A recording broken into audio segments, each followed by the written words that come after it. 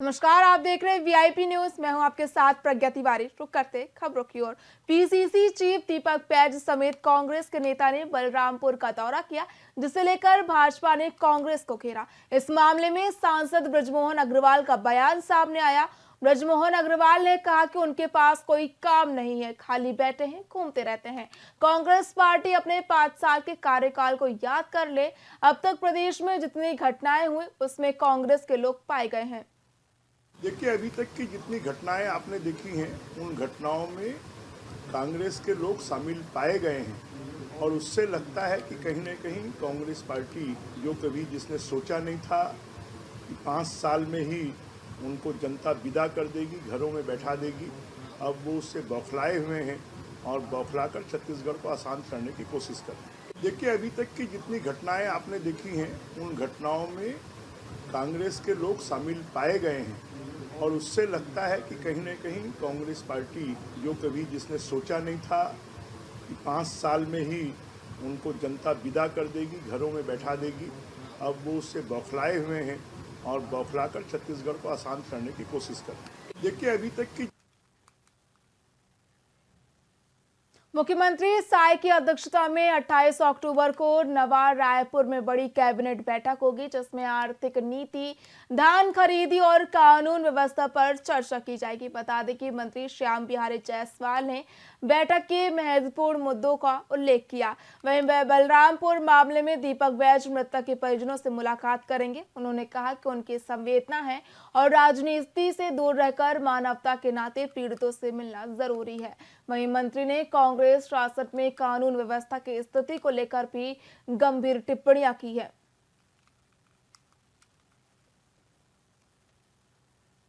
परिवार के प्रति मेरी बेहद संवेदना है।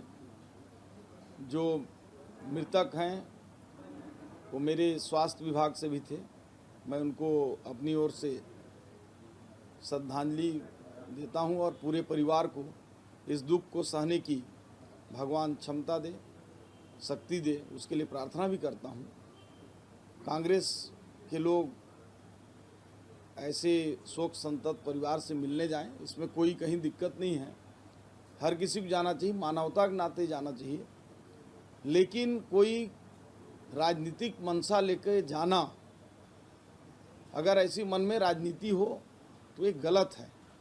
और मैं बताना चाहूँगा, जहाँ तक कांग्रेस की बातचीत है, उनके समय में किस प्रकार से पूरा प्रदेश चल रहा था। पूरा प्रदेश अपराध का गढ़ बन गया था।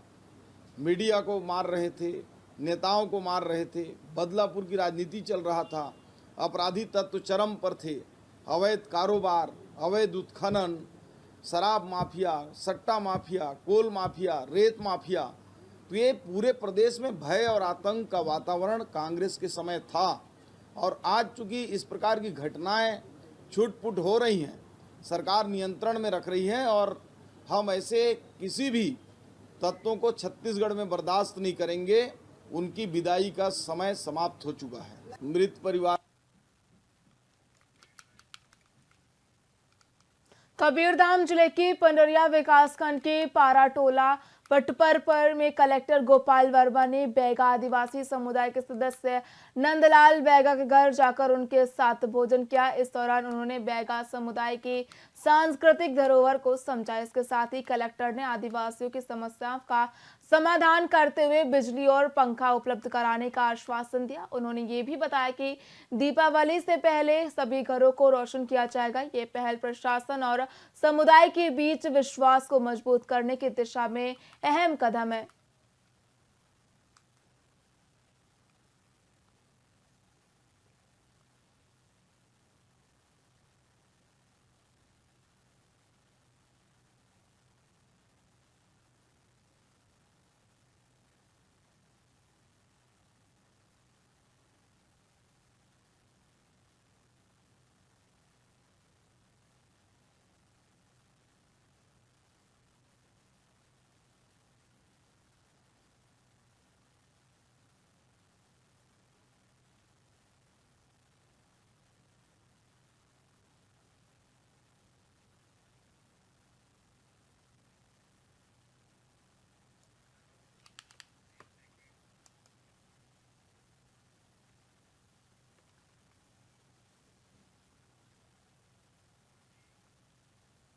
छत्तीसगढ़ के बस्तर वासियों को इस दिवाली के अवसर पर बड़ी सौगात मिलने वाली है। बता दें कि बहुप्रतीक्षित बस्तर संभाग के पहले सुपर स्पेशलिटी अस्पताल की मांग पूरी होने की उल्टी गिनती शुरू हो चुकी है। मिली जानकारी के मुताबिक डिमरापाल जगदलपुर में लगभग 211 करोड़ की लागत से बना 10 मंजिला कुल 245 बेड की क्षमता वाले सुपर स्पेशलिटी अस्पताल का 29 अक्टूबर को प्रधानमंत्री नरेंद्र मोदी वीडियो कॉन्फ्रेंसिंग के जरिए लोकार्पण करेंगे। वहीं इस अस्पताल का काम लगभग अंतिम पड़ाव में है। आधुनिक मशीनों का भी इंस्टॉलेशन किया जा रहा है।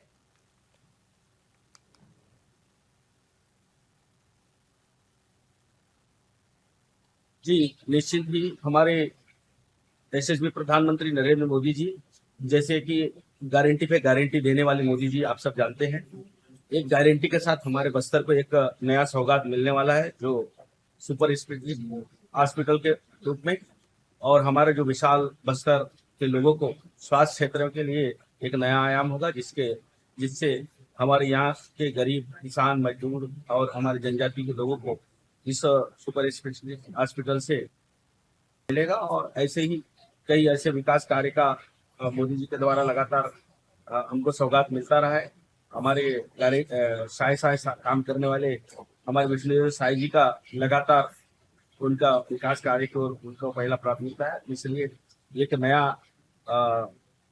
ऐतिहासिक पल होगा जो 29 तारीख को सुपर स्पेशलिटी हॉस्पिटल जी। महासमुंद परिवहन विभाग ने छत्तीसगढ़ राज्य शासन के मंशानुरूप जिले में चलने वाले यात्री वाहनों और स्कूल बस में जीपीएस और पैनिक बटन को अनिवार्य कर दिया है। बता दें कि परिवहन विभाग ने मामले में शक्ति बरतते हुए महासमुंद के बस स्टैंड में पहुंचकर सभी यात्रियों बसों में जीपीएस, पैनिक बटन और यात्रा भाड़ा लगाना भी अनिवार्य कर दिया है।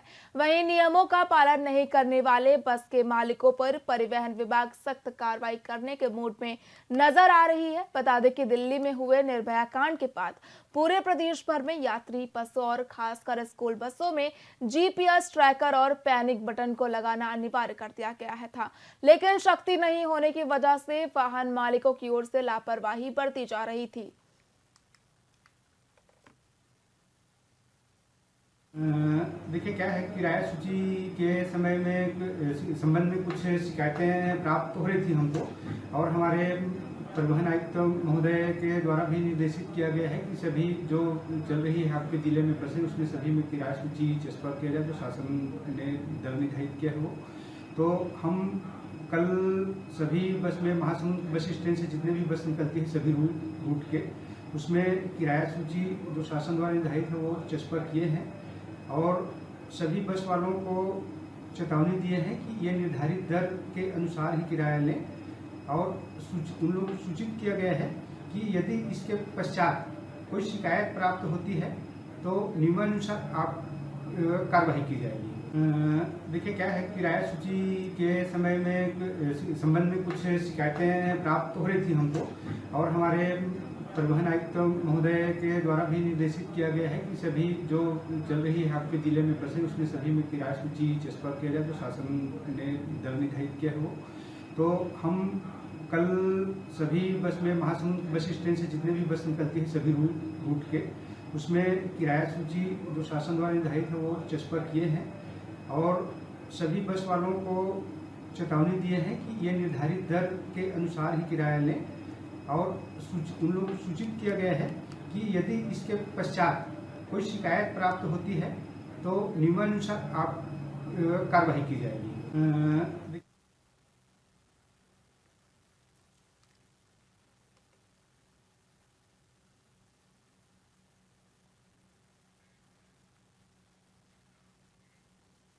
दीपावली के त्योहार को ध्यान में रखते हुए कोंडागांव कलेक्टर कुणाल दुदावत के निर्देश पर जिले में खाद्य सामग्री की गुणवत्ता सुनिश्चित करने के लिए खाद्य सुरक्षा अधिकारी दीपक कुमार देवांगन की अगुवाई में निरीक्षण अभियान चलाया जा रहा है। इस अभियान के तहत कोंडागांव जिला के होटल, डेली नीड्स, फल दुकानों और डेयरी प्रतिष्ठानों इत्यादि की जांच की जा रही है। वहीं खाद्य सुरक्षा विभाग की ओर से चलित खाद्य प्रयोगशाला के माध्यम से 15 से अधिक का प्रतिष्ठानों से 65 से अधिक नमूनों की जांच की गई।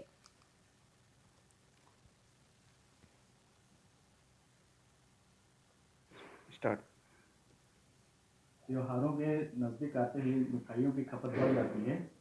इसे पूरा करने हेतु मिठाई व्यापारी जो है अधिक से अधिक मिठाई बनाने के चक्कर में मिठाई की गुणवत्ता के साथ लापरवाही करते हैं। इसके साथ ही बाहर से दूध और खोआ भी मंगाया जाता है जिसमें मिलावट होने की आशंका रहती है। इसे ही जांचने के लिए खाद्य एवं औषधि प्रशासन द्वारा मिठाई दुकानों का सतत निरीक्षण किया जा रहा है। चलित खाद्य प्रयोगशाला के माध्यम से अभी तक कुल 15 प्रतिष्ठानों से 65 खाद्य नमूनों की मिठाइयों की जांच की गई है। फिलहाल मिलावट का कोई प्रकरण अभी तक सामने नहीं आया है, परंतु मिठाई की अन्य पैमानों पर गुणवत्ता जांचने के लिए नमूने लेकर के राज्य खाद्य परीक्षण प्रयोगशाला भेजे जा रहे हैं। अभी तक हमने कुल 7 नमूने लेकर के जांच के लिए भेजे हैं। ये नमूने Vishwas dairy Kondagaon, Mishti Sanjeev Kondagaon, royal sweets and bakery Kondagaon, Amrit Sagar sweets Farasgaon और राधे बीकानेर स्वीट्स मागड़ी से लिया गया है। नमूना लेने की कार्यवाही आगे भी जारी रहेगी। स्टार्ट।